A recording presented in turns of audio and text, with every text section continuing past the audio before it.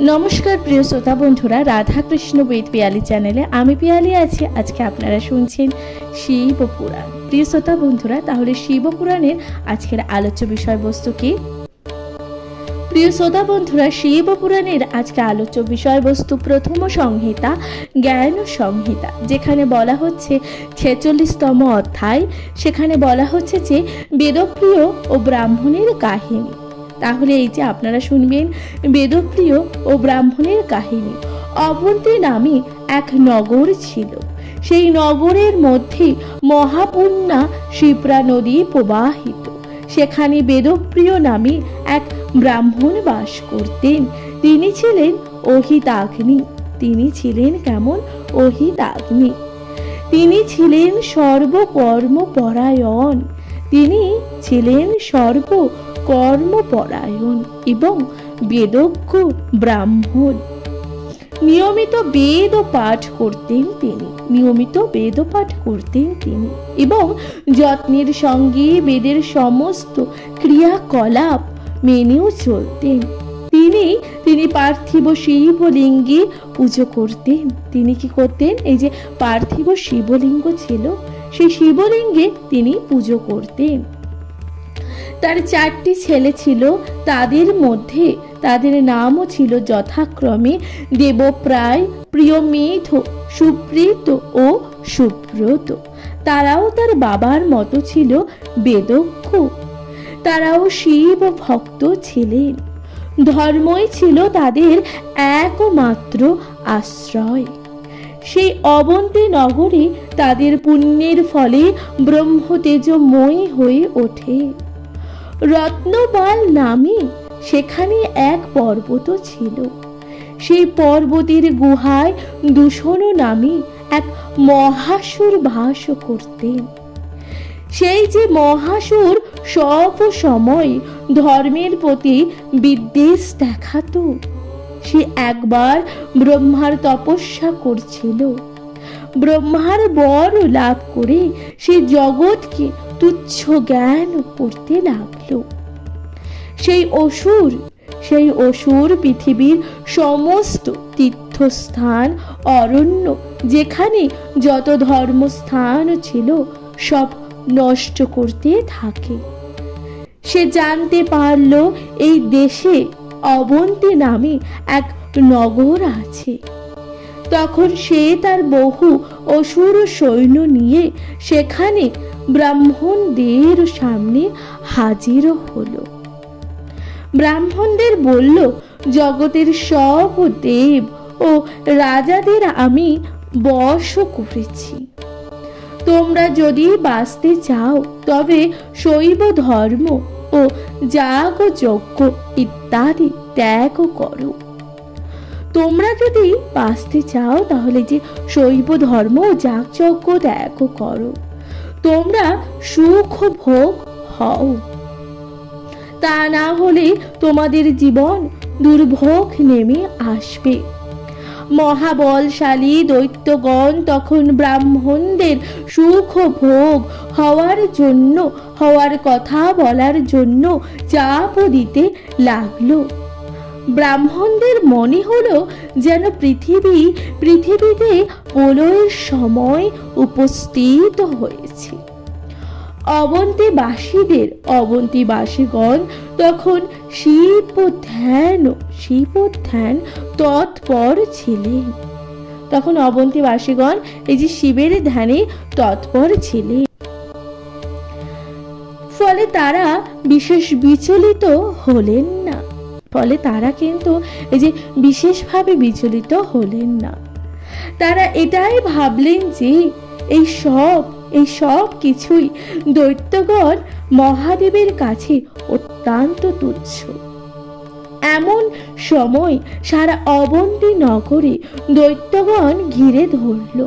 তখন অবন্তীবাসী ব্রাহ্মণদের কাছে বলল, দুষ্ট দৈত্যরা অবন্তীতে হাজির হয়েছে। তখন ব্রাহ্মণদের বলল, কাই যে দুষ্ট দৈত্যরা অবন্তীতে হাজির হয়েছে। তারা গোটা অবন্তী নগর ঘিরে ফেলেছে। তারা তখন কি করেছে? এই যে গোটা অবন্তী নগর ঘিরে ফেলেছে। বহু মানুষকে হত্যা করেছে, বহু মানুষকে তারা হত্যা করেছে। এখন আমাদের কি করা উচিত? অবন্তীবাসীদের কথা শুনে ব্রাহ্মণেরা বলল, অবন্তীবাসীদের এই কথা শুনে ব্রাহ্মণেরা তখন বলল যে, শোনো, শত্রুদের মতন ভয়ানক শক্তি বা অস্ত্র শস্ত্র আমাদের নেই যে ওদের আমরা পরাস্ত করব। তবে আমাদের ভরসা এই যে মহাদেব আমাদের রক্ষা করেন। সুতরাং শিবই আমাদের রক্ষা করবেন। ব্রাহ্মণগণ এবং অবন্তীবাসী সবাই শিবের ধ্যান ও পূজা করতে লাগলেন। তখন তারা পূরক ও কুম্ভক ও রেচক রূপ প্রণয়ন করতে থাকলেন। দূষণ দৈত্য তখন এইরকম ভাবে চিৎকার করতে লাগলো, চলুক চলুক, হত্যা চলুক চলুক।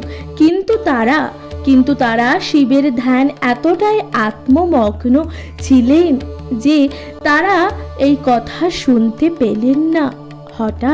হঠাৎ ভগবানের কৃপায় পার্থিব শিবলিঙ্গ পূজার স্থান থেকে দৈত্যরা পালিয়ে যান আর দূষণ নামক এক অসুরকে মহাদেব স্বয়ং সংহার করেন। তারপর প্রসন্ন চিত্তে ব্রাহ্মণদের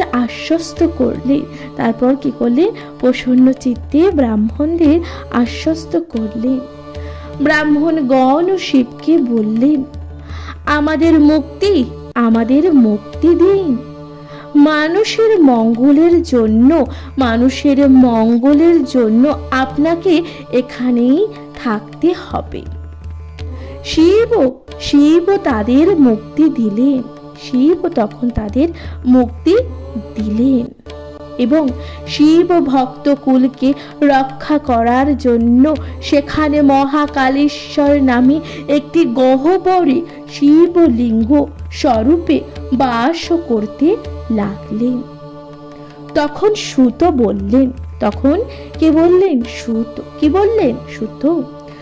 সুত বললেন, হে ঋষিগণ, এই যে মহাকালেশ্বর শিবলিঙ্গ, যিনি দর্শন করে তার আর কখনো দুঃখ হয় না। যে মহাকালেশ্বরের সেবা করে থাকে সেও খুব ভালো ফল লাভ করে। এক সময় তখন স্বয়ং ভগবান নারদ গোকর্ণ শিবের কাছে গেলেন। তিনি আবার বিন্ধ্য পর্বতে ফিরে যান। সেখানে তিনি বিন্ধ্য দ্বারা পূজা পান। বিন্ধ্য বললেন, আমাদের সকল বস্তু সব সময় সম্পূর্ণভাবে থাকে, কিন্তু নারদ ছিলেন দর্পহারী।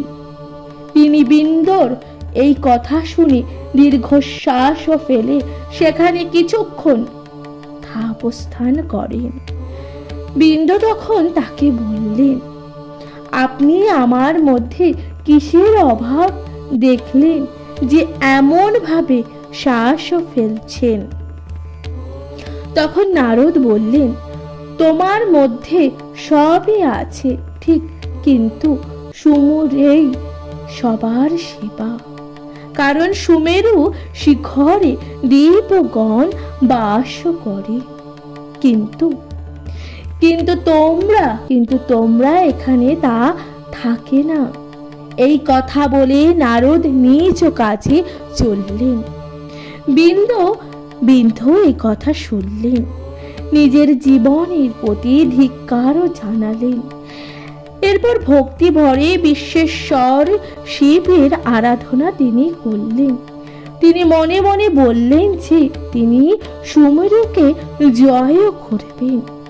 এরপর তিনি যেখানে সেখানে ওঙ্কার যন্ত্রে পার্থিব শিব মূর্তি নির্মাণ করেন। তারপর 6 মাস একই রকম ভাবে শিবের আরাধনা করতে থাকে। তারপর কি করেন, এই যে 6টি মাস একই রকম ভাবে শিবের আরাধনা করতে থাকেন। এখানে একটি সুন্দর শ্লোক আছে, যেখানে আপনারা শুনবেন সুন্দর শ্লোক। এই শ্লোকে বলা হচ্ছে যে আরাধ্যাশ্চ তদা শম্ভুর সরায়ন্তন সঞ্চম নিরন্তরম ন চচাল তথা স্থানাঞ্চি বদ্ধাম পরাই অন। মহাদেব বিন্দুর ওপর সন্তুষ্ট হলেন। যোগীরা ভগবান শিবের যে রকম রূপ আশা করেন, সেই বেদ নির্মিত, সেই বেদ বর্ণিত রূপ তিনি বিন্দুকে দেখালেন। তিনি সন্তুষ্ট হয়ে বিন্দুকে বললেন, আমার কাছে তোমার কি প্রার্থনা তা তুমি বলো। হে দেবেশ, যদি আমার প্রতি তোমার কৃপা হয়, যদি আমার প্রতি তোমার কৃপা হয়ে থাকে, তাহলে আমায় নিজের ইচ্ছা মতো আমায় বেড়ে ওঠার শক্তি দিন।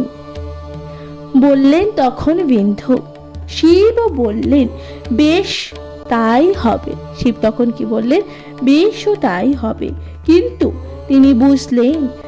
তিনি বুঝলেন যে এমন বর দান করা উচিত নয়, কারণ এই বর দান অশুভ। এর ফলে অনেক ক্ষতি হতে পারে। দেব ঋষিগণ ভগবান শিবকে পুজো করলেন। তারা শিবকে তখন বললেন যে ওই জায়গায় আপনাকে থাকতে হবে। মহাদেব মানুষের মঙ্গলের জন্য সেখানে বাস করতে লাগলেন। সেখানে তিনি ওঙ্কার যন্ত্রে একলিঙ্গ ও পার্থিব মূর্তিতে একলিঙ্গ 2 রূপে আবির্ভূত হলেন। ওঙ্কার যন্ত্র বিভূষিত সদা শিবের নাম হলো ওঙ্কার। পার্থিব মূর্তিতে আবির্ভূত শিবের নাম হলো অমরেশ্বর। তখন দেব ঋষিগণ শিবের পুজো করে খুবই আনন্দ পেলেন। তারা মানুষকে এই বর দিলেন যে মানব 2 লিঙ্গের পূজা করবে, আর গর্ভবাস হবে না।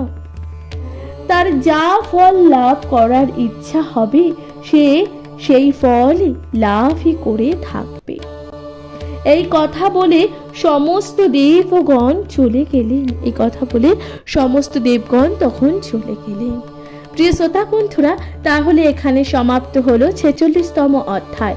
আপনারা শুনছেন 46তম অধ্যায় শিবপুরাণ এখানেই সমাপ্ত হলো। অবশ্যই ভালো লাগলে গুরুত্বপূর্ণ মতামত দিয়ে জানাতে ভুলে যাবেন না। চ্যানেলে প্রথমবার হয়ে থাকলে অবশ্যই চ্যানেলটিকে সাবস্ক্রাইব করবেন, লাইক কমেন্ট শেয়ার করে পাশে থাকবেন। এর পরবর্তী অধ্যায় অর্থাৎ 47তম অধ্যায়, যেখানে বলা হচ্ছে যে কেদারেশ্বর শিবের কথা। আপনারা শুনবেন কেদারেশ্বর শিবের। এখন আপনারা শুনছেন শিবপুরাণের আজকের আলোচ্য বিষয়বস্তু হচ্ছে 47তম অধ্যায়, যেখানে বলা হচ্ছে যে কেদারেশ্বর শিবের কথা। বহু আগে ব্রহ্মার থেকে স্বাভাবিক নিয়মে মনুর উদ্ভব ঘটে। প্রিয়ব্রত নামে তার এক অতি তেজস্বী পুত্র ছিল। তার 7টি ছেলে ছিল। তিনি স্বয়ং ছেলেদের থাকার জন্য সুমেরু পর্বতের চারিদিকে বারবার রথে করে ভ্রমণ করেন। এরপর 7টি দ্বীপ তৈরি করেন। সেই সময় রথ চক্র ঘর্ষণ বশত যে গর্ত তৈরি হয়েছিল তা সপ্ত সমুদ্র নামে খ্যাত ছিল। সেই মহাত্মা এইভাবে সপ্তদীপ্ত দ্বীপ সৃষ্টি করে এক একটি ছেলেকে এক একটি দ্বীপের অধিকার দিলেন। প্রিয়ব্রত বড় ছেলে ও ঘৃদ্ধ, তিনি জম্বুদ্বীপে সুখে রাজত্ব করতেন। তারপর তার ছেলে লোকনন্দন নাভি বাবার নির্দেশে তিনিও রাজার মতন রাজ্য পরিচালনা করেন। নাভির ছেলে ছিল বলেন তার নাম ছিল ঋষভ ও অন্যান্যরা। ঋষভের 100 ছেলে, তাদের মধ্যে ভরতই ছিলেন সর্বশ্রেষ্ঠ। ভরতের 9 জন ছেলে ছিল, সেই 9 জনই অত্যন্ত বৈরাগী ছিলেন, সেই জন্য তারা মনোযোগী হন। রাজা জনক এই মহাযোগীদের কাছ থেকে সমস্ত জ্ঞান ও উপদেশও পান। অন্য এক ছেলে ক্ষত্রিয়দের মতো আচরণ করতেন। তিনি কি করেছিলেন? অন্য এক ছেলে ক্ষত্রিয়দের মতন তিনি আচরণ করতেন। তিনি সুখে প্রজা পালন করে মোক্ষ লাভ করেন। ঋষভ বাকি 9 ছেলের মঙ্গলের জন্য জম্বুদ্বীপকে 9 খণ্ডে বিভক্ত করেন।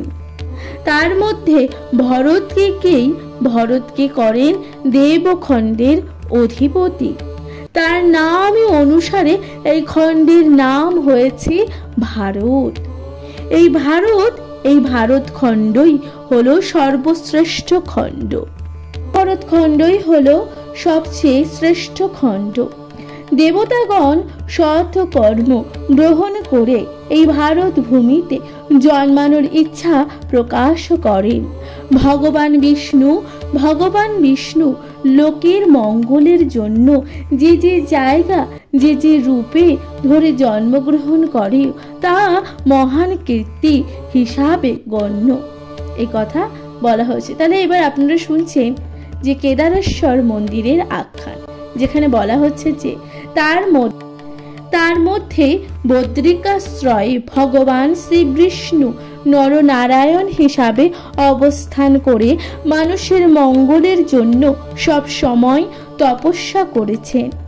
ওই বদ্রিকাশ্রয়ে কেদার নামে হিমালয়ের এক শৃঙ্গ আছে।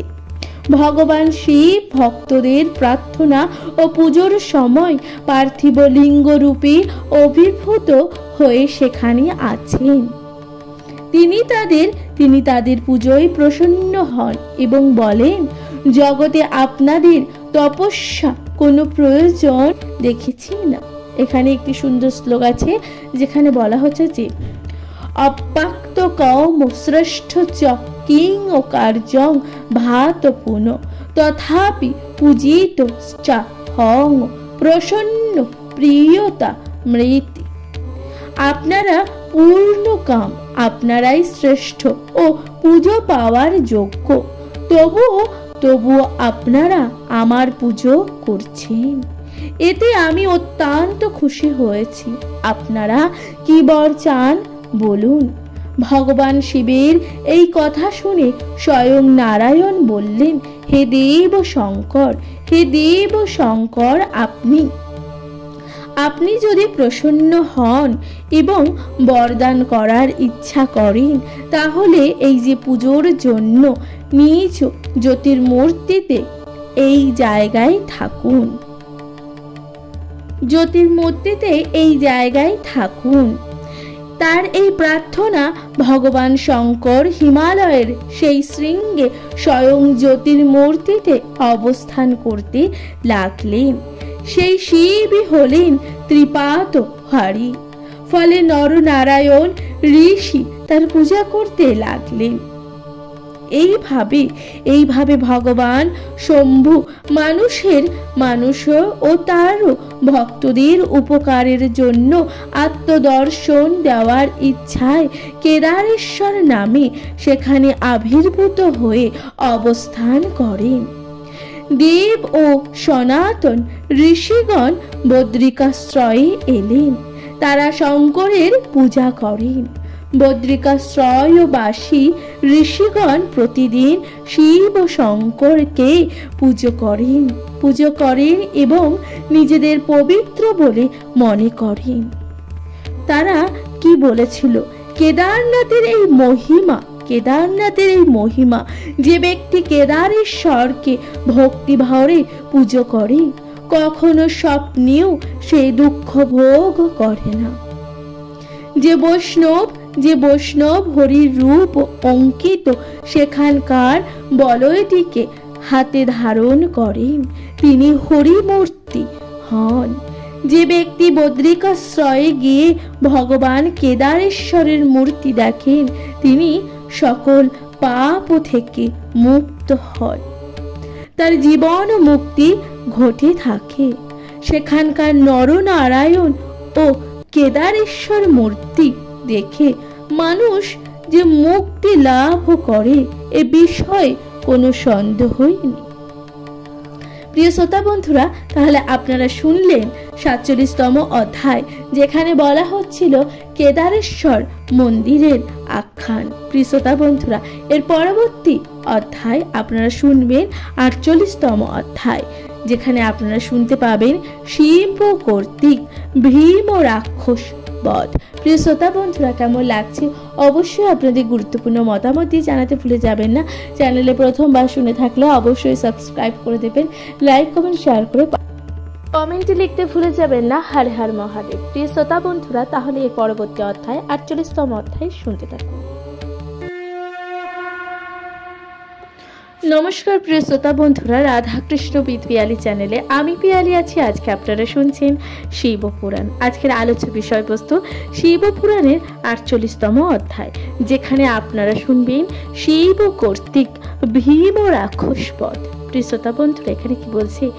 ভক্তের কল্যাণ দাতা ভগবান শঙ্কর কি জন্য কাম রূপে দেশে নিজ আবর্তিত হয়েছিলেন তা এখন আপনাদের বলছি।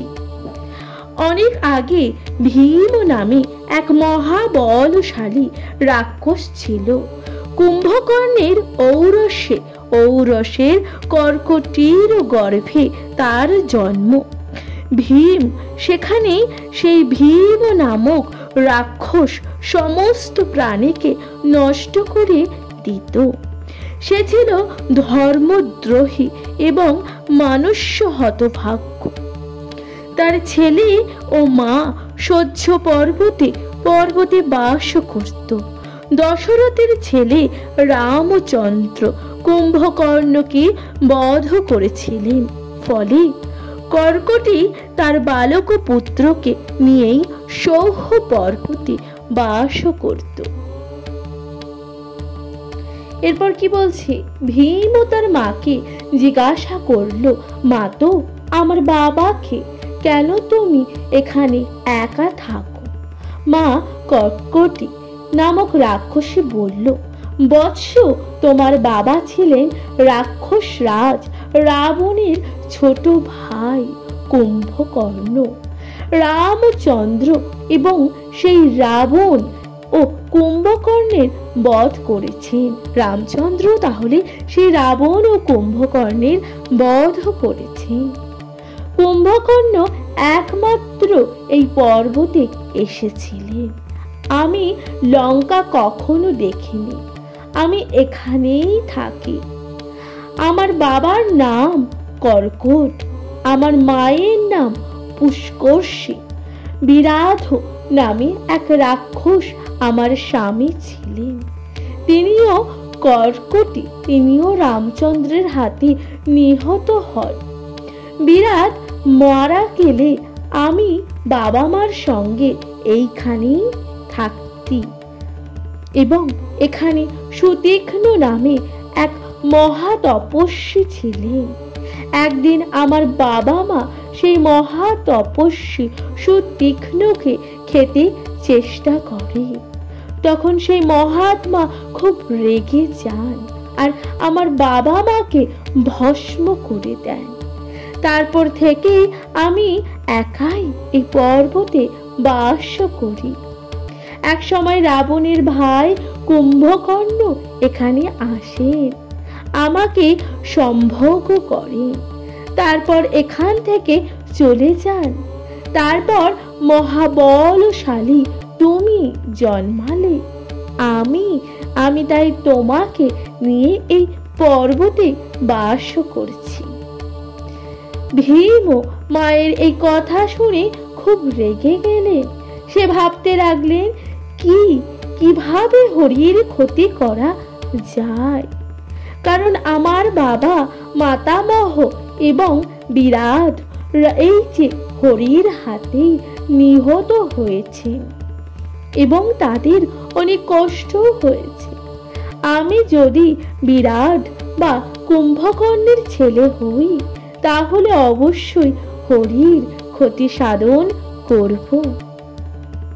এইসব চিন্তা করে সে পিতামহ ব্রহ্মার শরণাপন্ন হন। ব্রহ্মার তপস্যা করতে লাগলো 1000 বছর ধরে। সে ঊর্ধ্ববাহু হয়ে এক পায়ে দাঁড়িয়ে সূর্যের দিকে তাকিয়ে ব্রহ্মার ধ্যান করতে লাগলো। তার মাথা থেকে প্রচন্ড তেজ বের হয়ে দেবতাদের দগ্ধ করতে লাগলো। তখন দেবগণ ব্রহ্মার শরণ নিলেন। তারা বললেন, হে পিতামহ, হে ব্রাহ্মণ, এই যে ভীম নামে রাক্ষস আপনার তপস্যা করছে, তার তেজে সমস্ত লোক পুড়ে যাচ্ছে। সেই দুরাত্মা যা প্রার্থনা করে তাকে তা দিয়ে দিন, তা না হলে আমরা সবাই পুড়ে যাব।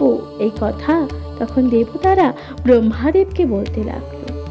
পিতামহ ব্রহ্মা তপস্যায় রত সেই বলশালী ভীমকে বরদান করার জন্য যাত্রা করলেন। ব্রহ্মা হংস জানিয়ে সেখানে আসেন। তিনি ভীমের সামনে হাজির হন এবং বলেন, হে ভক্ত, আমি তোমার প্রতি অতি প্রসন্ন হয়েছি। এখন তুমি কি বর চাও তা বলো। ভীম ব্রহ্মার এই কথা শুনে বলল, হে কমলাসন, যদি আমার ওপর আপনি খুশি হন বা হয়ে থাকেন, বরদান করতে চান, তবে আমাকে অতুল শক্তি দান করুন। ব্রহ্মাও তথস্থ বলে তখন বরদান দিয়ে ফিরে এলেন। তখন রাক্ষস ভীম অতীব অমিত বলশালী হয়ে উঠল এবং তার মাকে বলল, মা তো দেখো, আজ আমি দেবগণকে উচ্ছেদ করব। এই কথা বলে ভীম প্রথমে সেখানকার কামরূপী দেশের রাজাকে বেঁধে ফেলল। তারপর সেখানে সবাইকে মারধর করে হাতি, ঘোড়া, বধ এবং রথ, ছত্র, চামর সমস্ত সেবিকা কেড়ে নিল। সে রাজ্য তখন সেই ভীম রাক্ষস কেড়ে নিল। তখন সেই পরম বৈষ্ণব রাজা শৃঙ্খলে আবদ্ধ অবস্থায় পার্থিব শিব মূর্তি তৈরি করে সবার চোখের আড়ালে নির্জনে শিব সাধনা শুরু করল। রাজা সমস্ত নিয়ম বিধি মেনে শিবের পুজো, ধ্যান, স্তব, মুদ্রা, আসন ইত্যাদি তৈরি করতে লাগলেন। এইভাবে পুজো করে তিনি নমঃ শিবায় মন্ত্র জপ করতে লাগলেন। তার এক স্ত্রী ছিলেন, তার নাম ছিল দক্ষিণা। তিনি সকল মঙ্গল কামনায় শিবের পুজো করতে লাগলেন। এদিকে রাক্ষস ভীম সমস্ত পৃথিবীকে বশীভূত করল। সে সনাতন দেব ধর্ম, উপনিষদ ধর্ম, স্মৃতি ধর্ম সবই ধ্বংস মূলক অন্যান্য সবই নিজে ভোগ করতে লাগলো। ঋষি ও দেবগণ রাক্ষসের অত্যাচারিত হয়ে অত্যন্ত দুঃখ তারা পেলেন। তারা সবাই শিবকে শরণ নিলেন। তারা পবিত্র মহাকোশী নদীতে স্নান করে ওই নদীর তীরে পার্থিব শিব মূর্তি তৈরি করলেন এবং শিবের আরাধনা করতে লাগলেন। তারা তখন শিবের পুজো স্তব ও ধ্যানের মাধ্যমে শিবকে প্রসন্ন করলেন। এখানে একটি সুন্দর শ্লোক আছে যেখানে বলা হচ্ছে যে বেদ ধর্ম শাস্ত্র ধর্ম স্মৃতি ধর্ম পুরাতনম লোক ইত্যাচ তৎ সর্বং বুঝবে স্বয়ং আত্মান সেবাশ্চ পীড়িতা অস্তেন ঋষভ পীড়িতা ভূষম অত্যন্ত দুঃখম আপন্ন শিবঞ্চ শরণং রজু। তখন ভগবান শম্ভু বললেন যে হে দেব ঋষিগণ আমি তোমাদের পুজোয় প্রসন্ন হয়েছি। এখন তোমাদের জন্য কি করতে হবে আমাকে তা বলো। দেবতা ও ঋষিগণ বলেন হে দেব আপনি সবই জানেন, আপনার অজানা কিছুই তো নেই, তবু আমরা বলছি। হে সদাশিব, ভীম নামে এক রাক্ষস রাজা দেবতা ঋষিগণকে খুবই উৎপীড়ন করছে। আপনি যদি দয়া করে সেই রাক্ষসকে বধ করেন তাহলে পৃথিবীর মঙ্গল হয়। এই কথা শুনে তথাস্তু বলে শিব তাদের আশ্বস্ত করেন। তিনি বলেন হে দেবগণ তোমাদের যেমন সে উৎপীড়ন করছে তেমনি আমার পরম ভক্ত কামরূপেশ্বরকেও অত্যন্ত কষ্ট দিচ্ছে। অতএব একথা জেনেই যে অচিরেই তোমাদের কাজ সুসম্পূর্ণ হবে। তখন দেবতা ও মহর্ষিগণ পরম আনন্দে নিজ নিজ জায়গায় চলে গেলেন। তথাকালে ভীমের কিছু রাক্ষস অনুচর তার কাছে এলো এবং তাকে বলল হে রাক্ষস রাজ, আপনি যে কামরূপী প্রদেশকে রাজাকে বন্দী করলেন, সেই রাজা পার্থিব শিবলিঙ্গ প্রতিষ্ঠা করে তার আরাধনা করছে। সে আপনার অভিচার করছে। এখন আপনার যা ইচ্ছা হয় তাই করুন।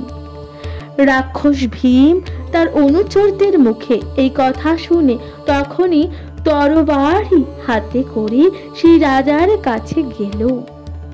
সে রাজাকে বধ করতে উদ্যত হলো। সেই পার্থিব শিবলিঙ্গ ও পুজোর উপচার সকল নষ্ট করে দিল। সেই রাক্ষস রাজাকে বলল হে রাজন তুমি কি করছো সত্য করে বলো, তা না হলে তোমার নিশ্চিত জমালয়ে পাঠাবো। এই কথা তখন সেই রাক্ষস কাকে বলল? রাজাকে বলতে লাগলো। প্রিয় শ্রোতা বন্ধুরা, তাহলে এখানেই সমাপ্ত হচ্ছে 48তম অধ্যায়, যেখানে আপনারা শুনছেন শিব কর্তৃক ভীম ও রাক্ষস বধের প্রথম পর্ব। এর পরের দিন আপনারা শুনবেন দ্বিতীয় পর্ব, যেখানে রাক্ষস সেই রাজার সাথে কি ঘটনা ঘটালেন। প্রিয় শ্রোতা বন্ধুরা, শিব পুরাণ আপনাদের কেমন লাগছে অবশ্যই আপনাদের গুরুত্বপূর্ণ মতামত দিয়ে জানাতে ভুলে যাবেন না।